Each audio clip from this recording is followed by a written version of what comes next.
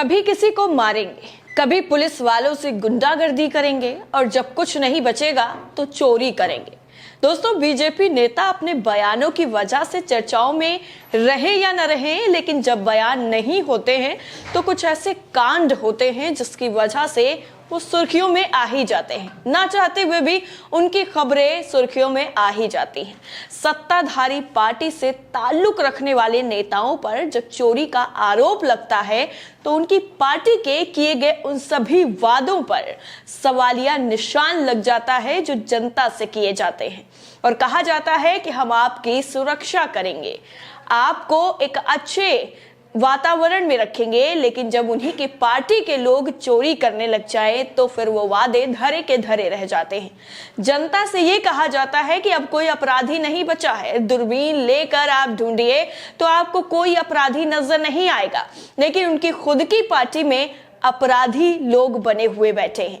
जनता से यह कहा जाता है कि अब किसी से डरने की जरूरत नहीं है, लेकिन उन्हीं की पार्टी के नेता चोरी करते रंगे हाथों पकड़े जाते हैं।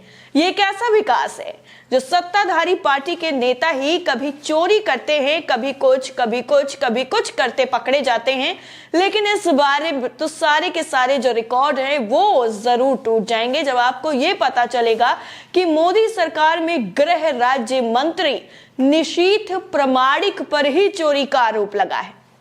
दरअसल ये खबर जब हमारे सामने आई तो हमारा दिमाग भी ऐसा ही चकराया था जैसा आपका इस वक्त चकरा रहा है कि गृह मंत्री पर चोरी का आरोप लगा है, वो भी एक नहीं दो दुकानों पर चोरी करने का। जी हाँ, नवजीवन में एक खबर छपी है, उसके मुताबिक अगर बात की जाए और उसी के मुताबिक हम आपको ये पूरी खबर भी बता रहे हैं, जिसमें यह कहा गया है कि मोदी सरकार में गृह राज्य मंत्री निशीथ प्रमाणिक ने 2009 के चोरी के एक मामले में पश्चिम बंगाल के अलीपुरद्वार जिले की एक कोर्ट में आत्मसमर्पण यानी सरेंडर कर दिया है। लेकिन सवाल तो यहां पर यह उठता है कि आत्मसमर्पण जो किया है वो इतने वक्त के बाद क्यों किया है और क्या पूरा मामला है, ये जानना भी जरूरी है। दरअसल ये पूरी जो बात है वो पिछले साल नवंबर की है, जब अलीपुर जो द्वार है वहां पर डिस्ट्रिक्ट थर्ड कोर्ट ने 2009 में 14 साल, जी हाँ 2009 में अलीपुर द्वार में दो जो ज्वेलरी शॉप थी उनकी दुकानों में चोरी में कथित संलिप्तता यानी शामिल होने के सिलसिले में कूच बिहार से बीजेपी सांसद प्रमाणिक के खिलाफ गिरफ्तारी वारंट जारी कर दिया था। और इसके बाद प्रमाणिक ने जमानत याचिका के साथ कलकत्ता उच्च न्यायालय का दरवाजा खटखटाया, जहां से उन्हें सरेंडर करने का निर्देश दे दिया गया। लेकिन सरेंडर का निर्देश 2022 में दिया गया और सरेंडर अब किया जा रहा है। वहीं इस पूरे मामले की सुनवाई आपको बता दें कि कलकत्ता उच्च न्यायालय ने केंद्रीय मंत्री प्रमाणिक को 12 जनवरी तक अलीपुरद्वार जिला तृतीय यानी थर्ड न्यायालय में हाजिर होने का निर्देश दिया था और यह कहा गया था उच्च न्यायालय की आज्ञा का पालन अगर नहीं किया जाएगा तो और भी जो कार्रवाइयां हैं वो की जाएंगी। लेकिन यहां पर सरेंडर कर दिया गया और ये पहली बार नहीं हुआ है जब इस तरीके से ये प्रमाणिक जो हैं इन पर ये आरोप लगा है। इससे पहले भी इनका एक मामला जो है वो सुर्खियों में आ चुका है, उसके बारे में भी हम आपको बताएंगे। लेकिन कलकत्ता उच्च न्यायालय के आदेश के मुताबिक कहा गया था कि मामले की जो अगली सुनवाई है उससे उन्हें अदालत में खुद उपस्थित होने की जरूरत नहीं होगी, इसके बजाय उनके वकील की तरफ से प्रतिनिधित्व किया जा सकता है। यानी जो जिनको सरेंडर करना था वो अगर नहीं भी आएंगे और सरेंडर पहले कर देंगे तब उन्हें बाद में आने की जरूरत नहीं है। वहीं पूरा इस मामले में कोर्ट जब पूरा मामला सुन लिया गया और फिर आदेश आ गया कि आपको सरेंडर करना है, उसके बाद राज्य सरकार की तरफ से राज्य में विपक्षी नेताओं को लगातार झूठे मामलों में फंसाया जा रहा है, ऐसा आरोप जो है वो इनकी तरफ से यानी बीजेपी के जो गृह मंत्री हैं इनकी तरफ से लगाया गया सरकार पर और ये कहा गया कि यहाँ पर सिर्फ विपक्षी नेताओं को ही निशाना बनाया जाता है। और उन्होंने ये भी कहा कि ये साजिश है मुझे राजनीतिक तरीके से फंसाने की, जिसमें मेरा करियर बर्बाद हो जाए, इस तरीके की साजिश रची जा रही है। वहीं इस पूरे मामले की सुनवाई आपको बता दें कि उत्तर 24 परगना जिले के 12/7 की एक अदालत ने की थी। लेकिन 2019 में जिस तरीके से ये मामला पेश आया और उसके बाद एमपी एमएलए कोर्ट में चला और उसके बाद कलकत्ता उच्च न्यायालय के निर्देश पर मामले को अलीपुरद्वार न्यायिक न्यायिक जो तृतीय न्यायालय है उसमें ट्रांसफर कर दिया गया और 2021 का पश्चिम बंगाल विधानसभा चुनाव भी ये सब होने के बावजूद भी लड़ा गया और कूच बिहार जिले के दिनहाटा विधानसभा क्षेत्र से इनको जीत भी मिल गई। लेकिन जो हार बीजेपी की हुई थी उसके बाद से जो विपक्ष बन गया बीजेपी, उसमें अलग अलग तरीके से मोड़ आने लगे। बीजेपी की तरफ से आरोप लगाए गए कि सत्ताधारी पार्टी ऐसा कर रही है वैसा कर रही है, लेकिन केंद्र में जब खुद उनकी सरकार है और फिर उस पार्टी के नेताओं पर, गृह राज्य मंत्री पर इस तरीके से आरोप लगे तो वो काफी ज्यादा संवेदनशील हो जाता है।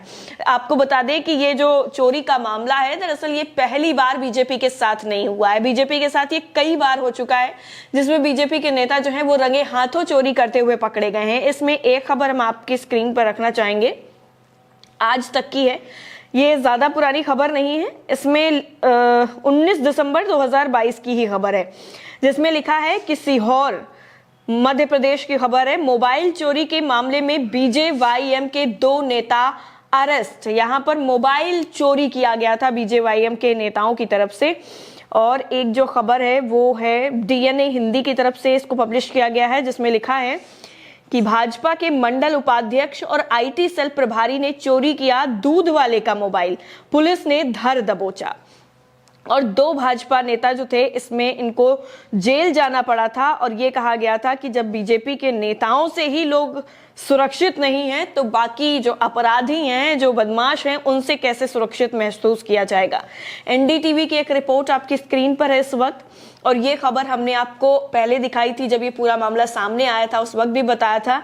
ये काफी ज्यादा सुर्खियों में मामला रहा था, जिसमें मथुरा स्टेशन से चोरी किया गया जो बच्चा था वो बीजेपी नेता के घर से बरामद हुआ था।